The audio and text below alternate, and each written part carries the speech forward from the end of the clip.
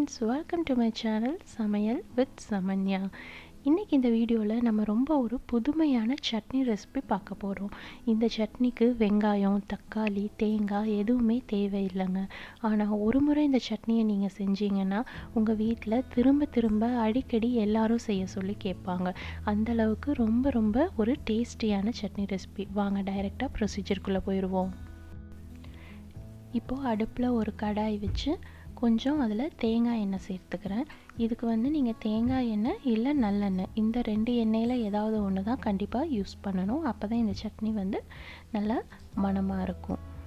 இப்போ இந்த எண்ணெய் சூடானதுக்கப்புறமா ஒரு 1/4 டீஸ்பூன் அளவுக்கு நான் வெந்தயம் சேர்த்துக்கிறேன். அடுப்பை மிதமான சூட்டில் வச்சுக்கோங்க. 1 டேபிள் ஸ்பூன் அளவுக்கு கடலைப்பருப்பு. இப்போ இது கூட 2 டேபிள் ஸ்பூன் அளவுக்கு உளுந்து. இது எல்லாத்தையும் சேர்த்துட்டு நம்ம நல்லா பொன்னிறமாக இதை வறுத்துக்கணும். ஸோ அடுப்பை ஹையில் வச்சிங்கன்னா இது கருகிரும். அதனால் லோ டு மீடியம் ஃப்ளேமில் வச்சு கொஞ்சம் கேர்ஃபுல்லாக நல்லா கோல்டன் ப்ரௌன் கலரில் வர மாதிரி வறுத்துக்கோங்க. இப்போ காரத்துக்கு 4 வரமிளகாய் சேர்த்துக்கிறேன். இது ரொம்ப காரமான மிளகாய், அதனால் நான் 4 சேர்த்துக்கிறேன். உங்கள்கிட்ட காரம் கம்மியான மிளகாயாக இருந்துச்சுன்னா நீங்கள் ஒரு 8லேருந்து 10 மிளகாய் வரைக்கும் கூட நீங்கள் சேர்த்துக்கலாம். இப்போ பாருங்கள், இந்த பொருட்கள் எல்லாத்தையுமே நல்லா பொன்னிறமாக வறுத்தெடுத்தாச்சு. ஸோ இந்தளவுக்கு நல்லா கோல்டன் ப்ரௌன் கலரில் வர மாதிரி நல்லா கேர்ஃபுல்லாக வறுத்தெடுத்துக்கலாம். இப்போ இந்த சட்னியில் நீங்கள் கடலைப்பருப்பை அவாய்ட் பண்ணணும்னு நினச்சிங்கன்னா 3 டேபிள் ஸ்பூன் அளவுக்கு உளுந்தையே சேர்த்து நல்லா வறுத்து இதில் சட்னி பண்ணிக்கலாம். இப்போ இந்த வறுத்த பொருட்கள் எல்லாம் நல்லா ஆறுனதுக்கப்புறமா ஒரு மிக்ஸி ஜாருக்கு ட்ரான்ஸ்ஃபர் பண்ணிவிட்டு அதை நல்லா கொஞ்சம் கரகரப்பாக அரைச்சிக்கலாம். இப்போ இந்த சட்னிக்கு தேவையான உப்பையும் அது கூட சேர்த்து நம்ம அரைச்சிக்கலாம்.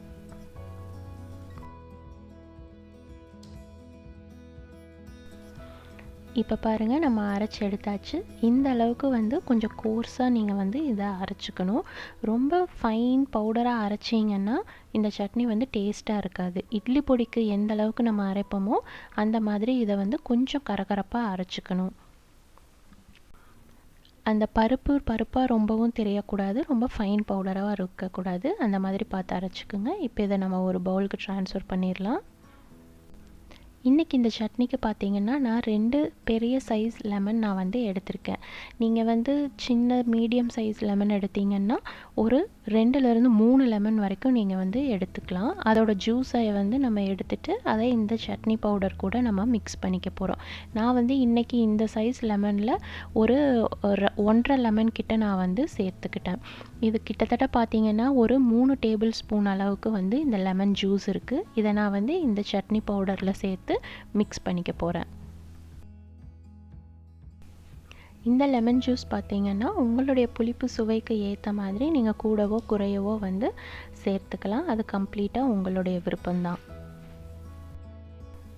ஜென்ரலாக இந்த அளவு பருப்புக்கு ஒரு 2லேருந்து 3 லெமன் வரைக்கும் நம்ம தாராளமாக சேர்த்துக்கலாம். அது எல்லாத்தோட டேஸ்ட்டுக்குமே பொதுவாக தான் இருக்கும்.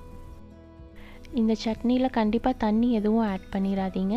இதுக்கு வெட்னஸ் அந்த லெமன் ஜூஸில் இருந்து மட்டும்தான் கிடைக்க போகுது. ஸோ இது மிக்ஸ் பண்ணும்போது கொஞ்சம் லிக்விடாக இருந்தாலும் கொஞ்சம் நேரம் கழித்து பார்த்திங்கன்னா கொஞ்சம் கெட்டியாயிரும். இப்போ இந்த சட்னி தாளிக்கிறதுக்கு கொஞ்சம் எண்ணெய் விட்டுக்கலாம். இந்த சட்னி கொஞ்சம் கெட்டியாக இருக்கிறதுனால கொஞ்சம் தாராளமாகவே எண்ணெய் விட்டுக்கோங்க.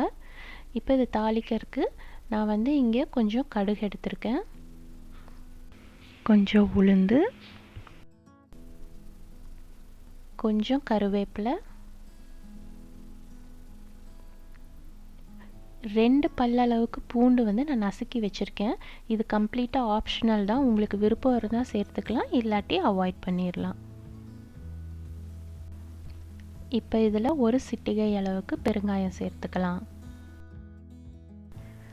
இப்போ இந்த கடுகு பொரிஞ்சு பூண்டெல்லாம் நல்லா வதங்கினதுக்கப்புறமா இந்த தாளிப்பை நம்ம சட்னியில் சேர்த்துடலாம். இது சூடாக இருக்கும்போது கண்டிப்பாக சேர்க்க வேண்டாம், ஏன்னா லெமன் ஜூஸில் எப்போவுமே சூடான பொருட்கள் சேர்க்கக்கூடாது.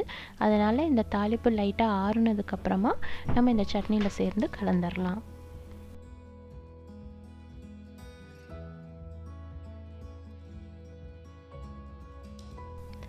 இப்போது சிம்பிள் அண்ட் சூப்பரான நம்மளோட லெமன் சட்னி ரெடி ஆயிடுச்சு. இந்த சட்னி பார்த்திங்கன்னா இட்லி, தோசை, ஊத்தப்பம் மாதிரியான டிஃபன் ஐட்டம் மட்டும் இல்லைங்க. சூடான சாதத்தில் 1 டீஸ்பூன் அளவுக்கு நெய் விட்டு இந்த சட்னியை பிசைஞ்சு சாப்பிட்டிங்கன்னா அவ்வளவு அருமையாக இருக்கும். இது சாம்பார் சாதம், தயிர் சாதம் கூட ஒரு சைட் டிஷ்ஷாக வச்சு சாப்பிட்டிங்கன்னாலும் ரொம்ப ரொம்ப சூப்பராக இருக்கும். கண்டிப்பாக உங்கள் வீட்டில் இருக்கிற எல்லாத்துக்கும் பிடிக்கும். கட்டாயம் ட்ரை பண்ணி பாருங்கள். இந்த மாதிரி புதுமையான ரெசிபீஸ் நிறையா நீங்கள் பார்க்கணுன்னு நினச்சிங்கன்னா கண்டிப்பாக இந்த சேனலை சப்ஸ்கிரைப் பண்ணுங்கள். பெல் ஐக்கானை மறக்காமல் அழுத்திடுங்க. இந்த வீடியோ கட்டாயம் உங்களுக்கு பிடிச்சிருந்தா லைக் பண்ணுங்கள், உங்கள் ஃப்ரெண்ட்ஸ் கூட ஷேர் பண்ணுங்கள். தேங்க்ஸ் ஃபார் வாட்சிங்.